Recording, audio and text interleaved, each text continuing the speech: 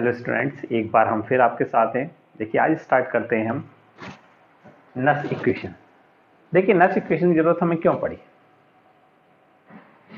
क्योंकि देखिए अब तक हमने जितने भी इलेक्ट्रोड पोटेंशियल निकाले या आपके सेल पोटेंशियल निकाले वो स्टैंडर्ड कंडीशन में थे। ठीक है, उसमें क्या है कि इलेक्ट्रोड के जो आपके इलेक्ट्रोलाइट्स होते हैं, ठीक है, वो उनकी कंसंट्रेशन 1 होती है।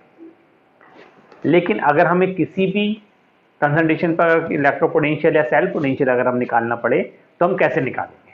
ठीक है, तो उसमें है क्या कि जो आपका सेल पोटेंशियल है या आपका जो इलेक्ट्रो पोटेंशियल है, दोनों के लिए नस इक्वेशन अलग अलग दी है। ठीक है, तो सबसे पहले हम स्टार्ट करते हैं कौन सी?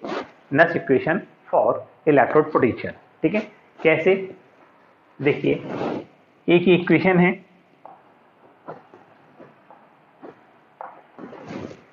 एक आपका मेटल आयन है, ठीक है, जिस पर n पॉजिटिव चार्ज है, n इलेक्ट्रॉन गेन करता है और मेटल सॉलिड में कन्वर्ट हो जाता है। ठीक है, क्या हो रहा है इसमें? एक मेटल आयन है और मेटल आयन किस कंडीशन में होगा? एक्वस कंडीशन में होगा। ठीक है, जितने भी आयन होंगे वो किस कंडीशन में होंगे? एक्वस कंडीशन में। ये एक्वस कंडीशन में होगा, इसकी अपनी एक कंसंट्रेशन होगी। ठीक है, सोल्यूशन की ये जितना पॉजिटिव चार्ज है उतनी इलेक्ट्रॉन गेन करके क्या बना लेता है? ये मेटल सॉलिड। क्या हो रहा है? रिडक्शन, क्योंकि इलेक्ट्रॉन गेन हो रहे हैं और इलेक्ट्रॉन गेन होते हैं तो क्या कहलाता है? वो रिडक्शन। आप देखिए इस रिडक्शन में हम नस इक्वेशन कैसे यूज करते हैं? देखिए अगर हमको E M N plus oblique N, ये क्या हो रहा है? रिडक्शन। ये इस इलेक्ट्रोड का, ये जो मेटल इलेक्ट्रोड है, इस इलेक्ट्रोड का ये क्या है? Electrode potential at any concentration, ठीक है, equal to E not M N plus two, sorry M N plus oblique M. ये इसी इलेक्ट्रोड का स्टैंडर्ड इलेक्ट्रो पोटेंशियल है। ठीक है, ये आपका electro potential at any concentration, लेकिन ये जो है आपका, ये कौन सा है? स्टैंडर्ड इलेक्ट्रो पोटेंशियल, मानक इलेक्ट्रोड विभव। ठीक है, minus R T upon N F L N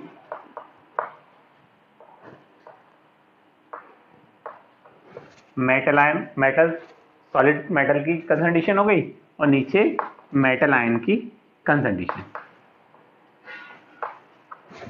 ठीक है, और आपको पता है किसी भी सॉलिड की जो कंसंट्रेशन होती है वो 1 होती है।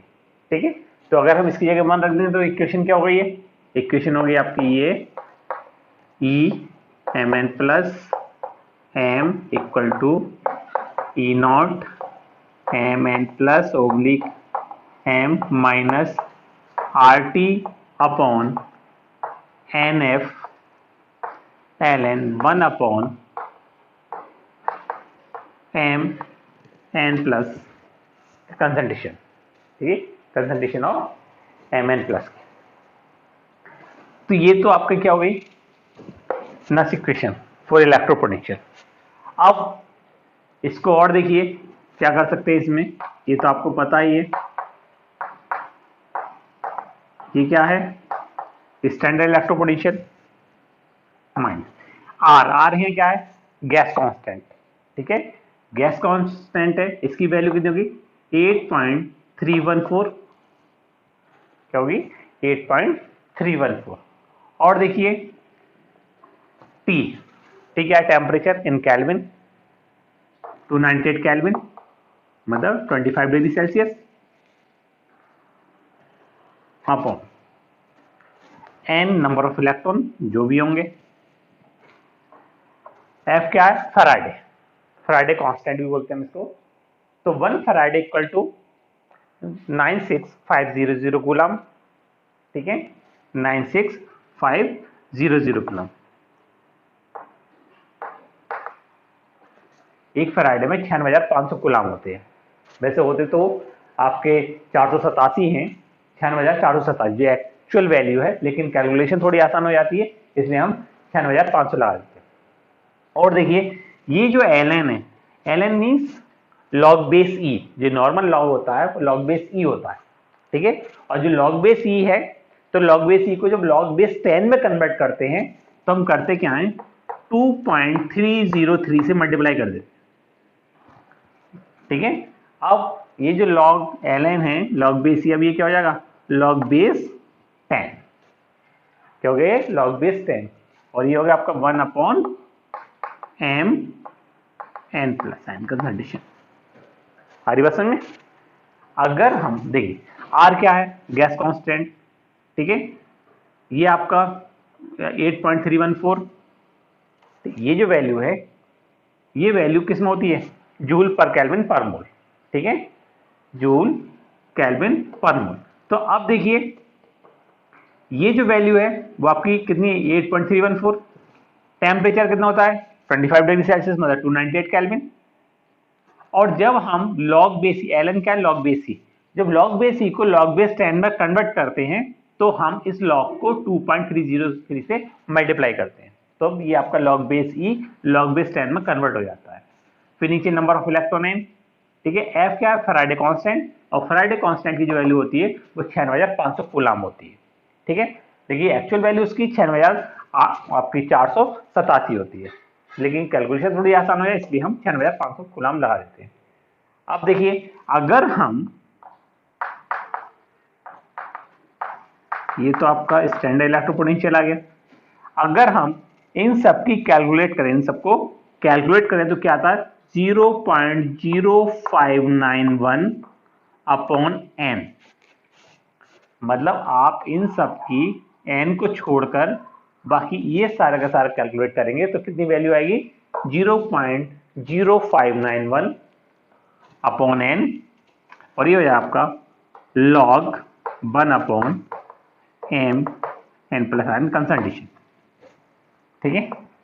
तो ये आपका क्या है, ये नस इक्वेशन है, किसके लिए, किसके लिए, ये इलेक्ट्रोड पोटेंशियल के लिए। आप किसी भी इलेक्ट्रोड की या किसी भी इलेक्ट्रोड का इलेक्ट्रोपोटेंशियल किसी भी कंसंट्रेशन पर, आप यहाँ कंसंट्रेशन चेंज करिए, कोई सी भी कंसंट्रेशन लगाइए, आप उसको सेल पोटेंशियल, मतलब जो आपका इलेक्ट्रोपोटेंशियल है वो आप निकाल सकते हैं, ठीक है। जिस इलेक्ट्रोड का आप इलेक्ट्रोपोटेंशियल निकाल रहे हैं ये उसी का क्या है, स्टैंडर्ड इलेक्ट्रोपोटेंशियल, जो हमें पहले से गिवन होता है या पहले से पता होती है, जो पहले से डिफाइन है, ठीक है। तो इस कंडीशन में आप क्या, नस इक्वेशन से, तो ये नस इक्वेशन हो गई इलेक्ट्रोपोटेंशियल निकालने के लिए, ठीक है। इसके लिए आप कोई सी भी, जैसे डेनियल सेल है, ठीक है, डेनियल सेल के लिए अगर हम लगाएं किसी भी एक इलेक्ट्रोड के लिए या किसी भी एक इलेक्ट्रोड, और जनरली आप जानते ही हैं कि अगर हम किसी भी सिंगल इलेक्ट्रोड का इलेक्ट्रोपोटेंशियल निकालते हैं तो उसमें रेफरेंस इलेक्ट्रोड लेते हैं जिसे स्टैंडर्ड हाइड्रोजन इलेक्ट्रोड कहते हैं, ठीक है। अगर हम उसके साथ में ला के जब निकालते हैं तो हम किसी, जिसका हम निकाल रहे हैं उसको हम नस इक्वेशन से कैलकुलेट कर सकते हैं, ठीक है। अब देखिए इसको अगर हम कॉपर इलेक्ट्रोड के लिए लगाएं या आप जिंक इलेक्ट्रोड के लिए लगाएं तो क्या होगा, देखिए यहां पर क्या हो जाएगा, जैसे कॉपर इलेक्ट्रोड के लिए लगाएं तो ये हो जाएगा आपका Cu+2 Cu, अब मेटल लीजिए क्या आ गया, कॉपर आ गया, ठीक है, इक्वल E0 Cu+2 Cu, ये क्या, कॉपर इलेक्ट्रोड का स्टैंडर्ड इलेक्ट्रोपोटेंशियल, ठीक है, माइनस 0.0591 अपॉन n, n की वैल्यू कितनी होगी 2, तो आपको पता है 2 इलेक्ट्रॉन का n की वैल्यू यहाँ क्या है 2 है, ठीक है, और यहाँ n की वैल्यू क्या आ गई आपकी 2, 2 इलेक्ट्रॉन गेन किए जाएंगे, रिडक्शन होगा तो। अब ये हो गया आपका log 1 upon Cu+2 ion concentration, आगे बस समझ। तो इस तरीके से हम किसी भी इलेक्ट्रोड का इलेक्ट्रोपोटेंशियल मेजर कर सकते हैं, कैलकुलेट कर सकते हैं, निकाल सकते हैं, ठीक है। तो ये कॉपर इलेक्ट्रोड, जिंक के लिए होता तो क्या होगा, यहाँ क्या होता Zn+2 / Zn, Zn+2 / Zn, क्योंकि वहां भी 2 इलेक्ट्रॉन यूज होते, तो ये क्या हो जाता Zn+2 का आयन कंसंट्रेशन, ठीक है। तो इस तरीके से हम इलेक्ट्रोपोटेंशियल मेजर कर लेते हैं। चलिए अब स्टार्ट करते हैं हम क्या, नस इक्वेशन फॉर सेल पोटेंशियल। ये तो इलेक्ट्रो पोटेंशियल के लिए, किसी एक इलेक्ट्रोड के लिए। अब आपको सेल पोटेंशियल निकालना, सेल पोटेंशियल मतलब दोनों इलेक्ट्रोड्स का डिफरेंस, ठीक है। वो कैसे निकालते हैं देखिए, अब हम निकालेंगे नस equation for cell potential. Cell potential में सबसे पहले हम देखिए सेल लेते हैं, हम डेनियल सेल। क्या लेते हैं? Daniell cell. और डेनियल सेल क्या होती है? जिसमें आपका कॉपर इलेक्ट्रोड होता है और जिंक इलेक्ट्रोड होता है। Zinc electrode as a anode और copper electrode as a cathode work करता है, ठीक है। वो आपका क्या कहलाता है? डेनियल सेल, ठीक है। आप देखिए फॉर कैथोड, और कैथोड किसका था? कॉपर इलेक्ट्रोड का। तो क्या हो जाएगा देखिए, E Cu plus 2 oblique Cu equal to E not Cu plus 2 oblique Cu, अब इससे पहले वाले अभी लिखा था हमने, ठीक है, माइनस 0.0591 अपॉन 2, ठीक है, और log upon Cu plus 2 ion, ये था, ठीक है, ये आ रहा था। अब देखिए अगर for cathode, sorry for anode, anode के लिए क्या होगा? आपको पता ही है एनोड किसका होता है? जिंक का। Zn plus 2 oblique Zn equal to E not Zn plus 2 oblique Zn minus 0.0591 upon 2 log 1 upon Zn plus 2 ion, ठीक है, आयन कंसंट्रेशन। ये दोनों इलेक्ट्रोड के लिए ये क्या इलेक्ट्रो पोटेंशियल है, ठीक है। अब ई सेल जो होता है आपका, ई सेल क्या होता है?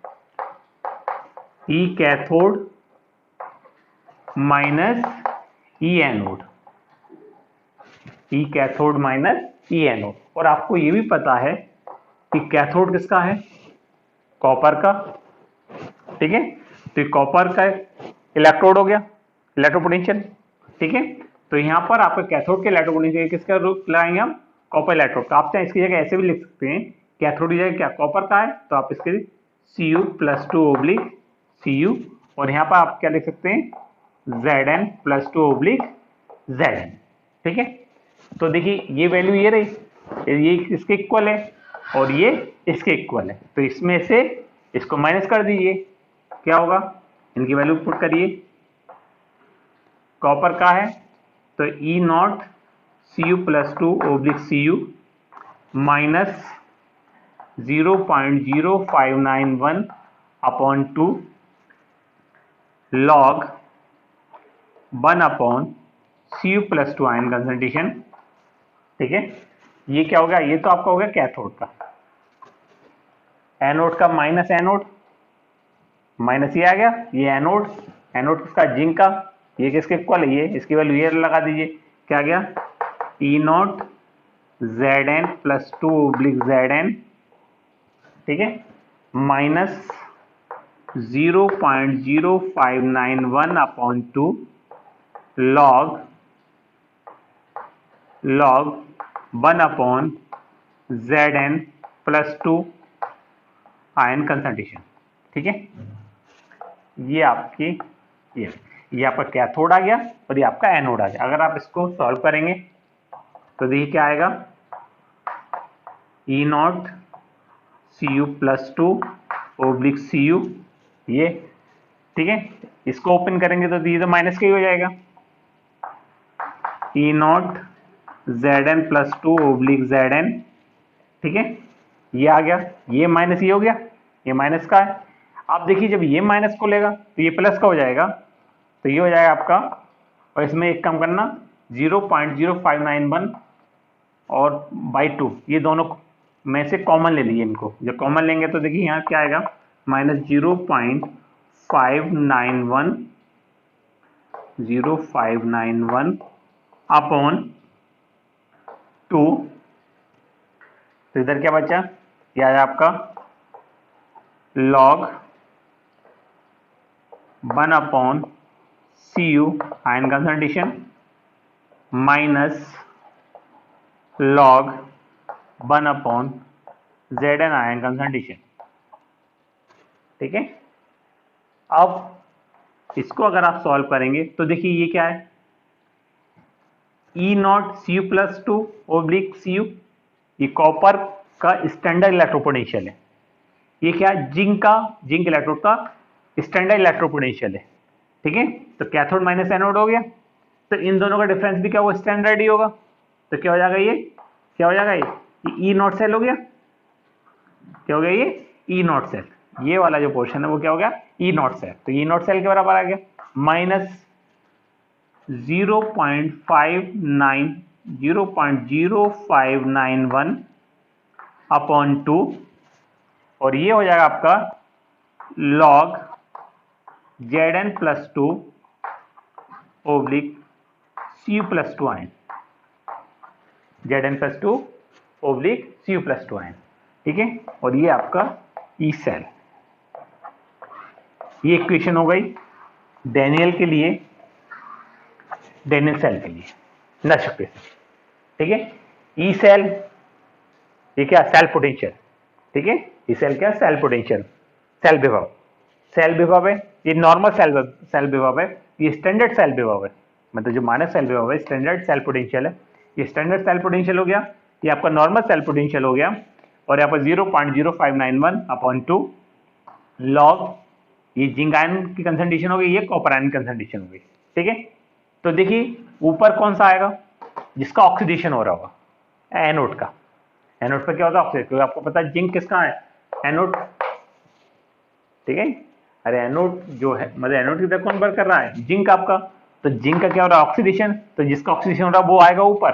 ठीक है, याद रखने के लिए, और जिसका रिडक्शन हो रहा होगा वो आएगा आपका नीचे, क्योंकि कैथोड पर क्या होता है, रिडक्शन। ठीक है, तो ये आपका क्या हो गया, नस इक्वेशन। तो आप किसी के लिए भी आप नस इक्वेशन इस तरीके से भी तैयार कर सकते हैं, इसको देख लीजिए जरा। ठीक है, इरेज कर रहा हूं मैं ये, या फिर आप इसी को ऐसे भी लिख सकते हैं,